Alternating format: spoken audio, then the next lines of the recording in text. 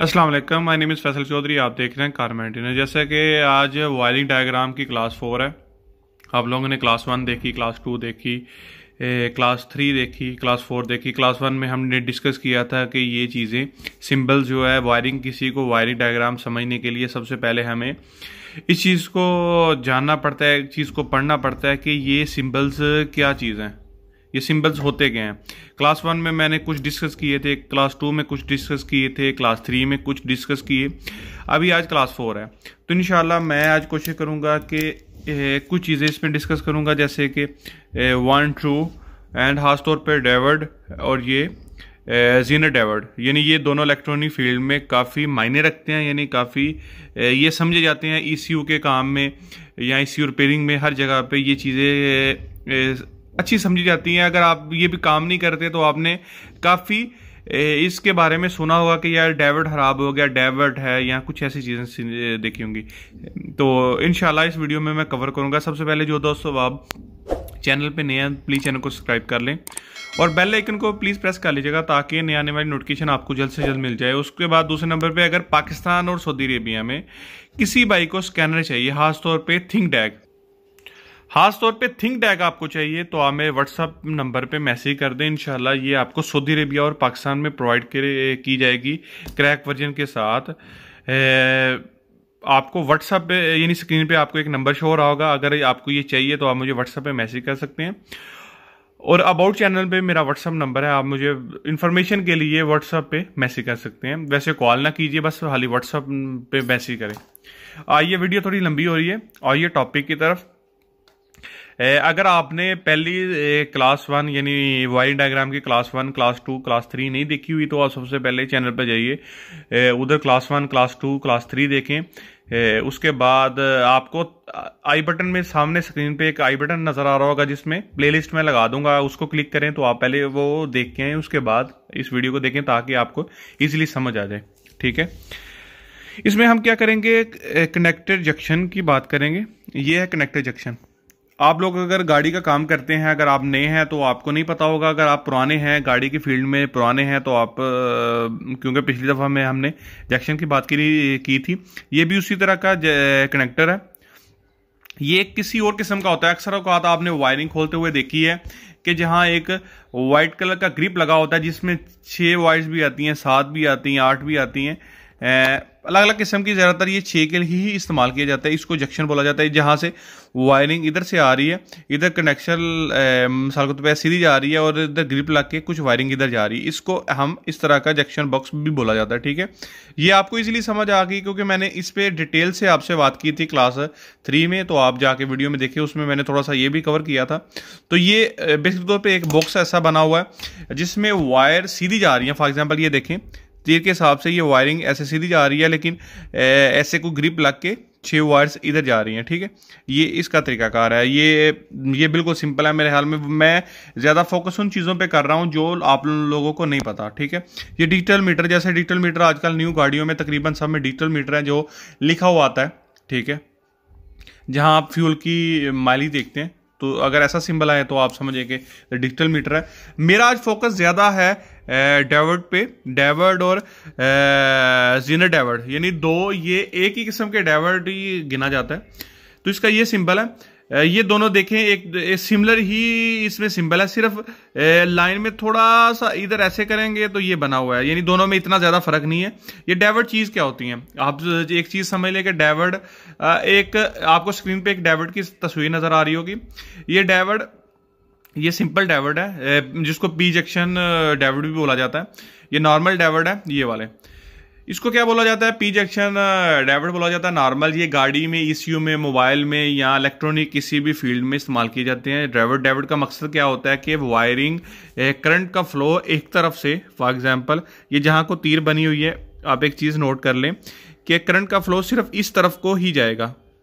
इधर से मिसाल के तौर पे आपकी करंट गुजर रही है तो इधर आगे से जो भी होगा, जो भी प्रॉब्लम हो, वापस करंट किसी सूरत में नहीं आ जा सकती। इस वजह से ये डायोड लगाया जाता है। डायोड का मकसद ये होता है कि ये एक तरफ को करंट को सप्लाई करे, दूसरी तरफ वापस आने ना दे। जैसे कि हम मिसाल के तौर पे हम ये चाहते हैं कि वाल्स यानी पानी की एक नल ले लेते हैं जहाँ से, यानी मिसाल के तौर पे कि पानी आप देखें, अगर पाइप लगाते हैं, पाइप में एक वाल लगा लेते हैं, कुछ ऐसे वाल मिलते हैं जहाँ से पानी वापसी की तरफ नहीं जाता, सिर्फ आगे की तरफ जाता है। यहाँ अलग से डिवाइसेस भी मिलती हैं मार्केट में, आपको पता है। यानी आप ये चीज़ें समझिए कि डाइवर्ट का मकसद ये होता है कि ये ऐसी है, आपको स्क्रीन पे फिर दोबारा दिखा देता हूँ डाइवर्ट। ये डाइवर्ट पी जंक्शन डाइवर्ट होते हैं, छोटे से ब्लैक कलर के होते हैं। इसका मकसद ये होता है कि ये करंट को आगे की तरफ सप्लाई करते हैं, पावर को, लेकिन ये बैक पे नहीं लेके आते। ये इसका एक सिंपल सा मकसद है, ये सिंपल सा तरीका है। ये डाइवर्ट पुरानी टेक्नोलॉजी है। उसके बाद ये जीनर डाइवर्ट, एक चीज़ बताऊं, अगर यानी अगर इसमें इलेक्ट्रिसिटी या करंट ज़्यादा तेज़ गुजरती है तो क्या होता है कि अक्सर औकात पुराने, यानी ये डाइवर्ट बी जंक्शन पुराने मॉडल के डाइवर्ट थे जो गाड़ी में इस्तेमाल की जाते हैं, उस जगह पे लगाए जाते हैं जहाँ इलेक्ट्रिसिटी या पावर का फ्लो थोड़ा सा कम होता है, इसलिए उसको पी जंक्शन के डाइवर्ट लगाए जाते हैं। क्या होता है, किसी जगह पे अगर डाइवर्ट मिसाल के तौर पे हम डाइवर्ट लगा दें, उधर इलेक्ट्रिसिटी का या पावर का या करंट का सप्लाई बहुत ज़्यादा हो जाए, यानी पावर का सप्लाई बहुत ज़्यादा हो जाए, तो हम ये अगर डाइवर्ट लगाते हैं तो ये गर्म भी होता है, गर्म होने के बाद जल जाता है। फिर उस सूरत में ये जेनर डाइवर्ट लगाए जाते हैं। यानी इन दोनों में सिर्फ यही फ़र्क है कि ये जेनर डाइवर्ट थोड़ी सी ना हाई टेक्नोलॉजी के हैं, ये थोड़े से ब्रीक होते हैं, शक्ल में ब्रीक होते हैं, आपको स्क्रीन पे नज़र आ रहे होंगे। ये तो ये मिसाल के तौर पे साइज़ में भी थोड़े छोटे होते हैं, तो साइज़ में छोटे होने से कोई फ़र्क नहीं पड़ता, लेकिन इसमें ये एक टेक्नोलॉजी है कि ये भी वही काम करते हैं कि करंट को आगे सप्लाई करते हैं लेकिन वापस आने नहीं देते।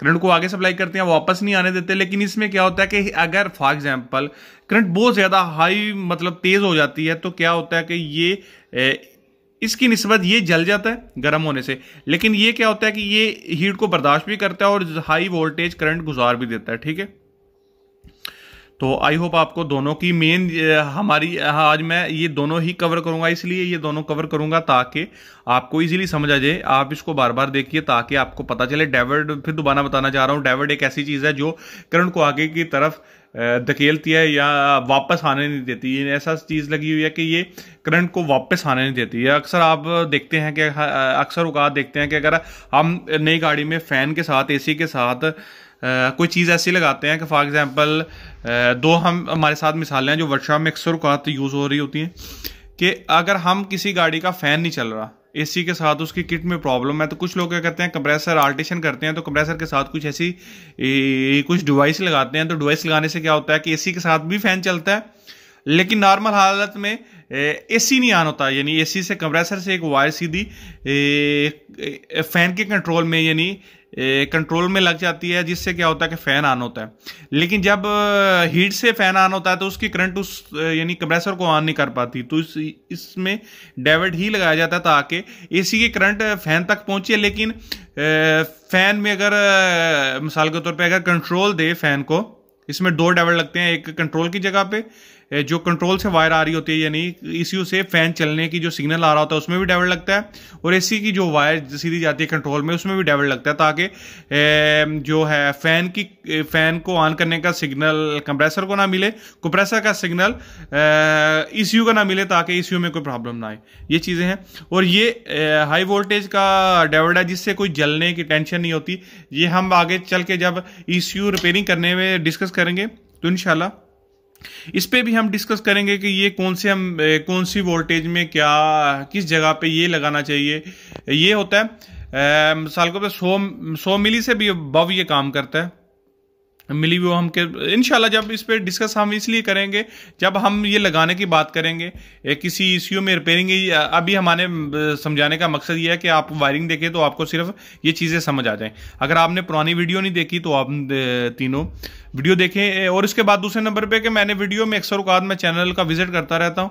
चैनल के मतलब हमें पता चलता रहता है कि ज़्यादातर लोग बिना सब्सक्राइब किए हुए वीडियो देखते हैं, तो आप प्लीज़ सब्सक्राइब करें ताकि आप हमारी फैमिली का हिस्सा बने, ताकि आपके साथ आप भी प्रॉपर तरीके से हर चीज़ समझें। आगे चल के हम डिस्कस करेंगे, स्कैनिंग टूल्स के बारे में डिस्कस करेंगे कि आप इस थिंक टैंक से एक प्रोफेशनल काम कैसे कर सकते हैं। मतलब प्रोफेशनल काम जो लोग नहीं जानते, नए बंदे हैं, वो इतने पैसे ना लगाएं, थिंक टैंक से ही आप प्रॉपर काम कर पाएंगे। जैसे कि मिसाल के तौर पर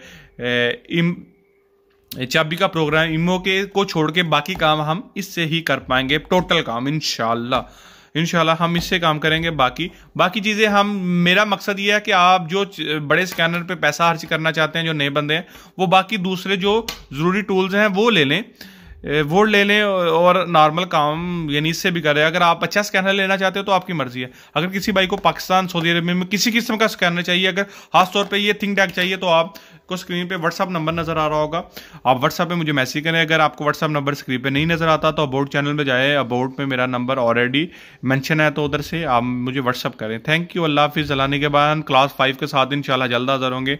दुआ में याद रखिएगा। अल्लाह निगहबान।